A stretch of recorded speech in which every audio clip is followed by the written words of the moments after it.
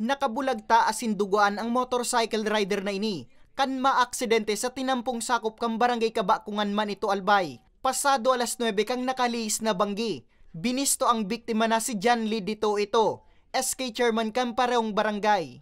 Sigun kay Police Chief Master Sergeant Carlos Panya, kanma nito Municipal Police Station, pigbabaybay ni dito ito ang tinampo pasiring sa sentro kang ma nito.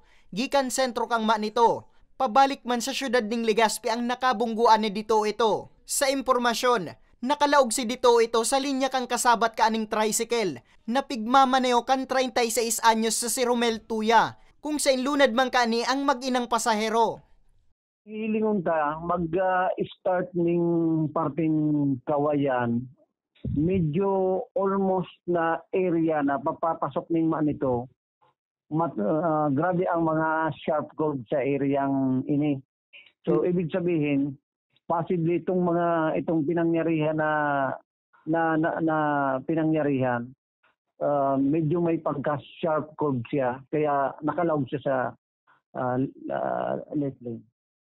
Seryosong tama sa payo ang sinapo ni dito ito, mantang maswerteng minor injury sana ang sinapo kan driver asin duwang pasahero kani. Nangunyan ang nagpaparayray pa sa Bicol Regional Hospital and Medical Center sa syudad ning Legazpi. So, sa hiling ko, may pamadetermine na nun kung under the influence of liquor or ano talaga yung tunay na pangyayari. Siguro, na-coordinate ako sa iyo kung anong maiwasan ang dakulang damage. Number one, siyempre, helmet. Panduwa yung mga nilalag sa mga tuhod or kaya sa siko. For protection. Sa presente, dai pa man nagkakaigwaning pag-ulay ang ambuslados, mantang nasa kustudiya na kang manito MPS ang duwang embweltong bihikulo para sa magkakanigong disposisyon. Para sa mga baretang Tatak Bicol, Nomer Corporal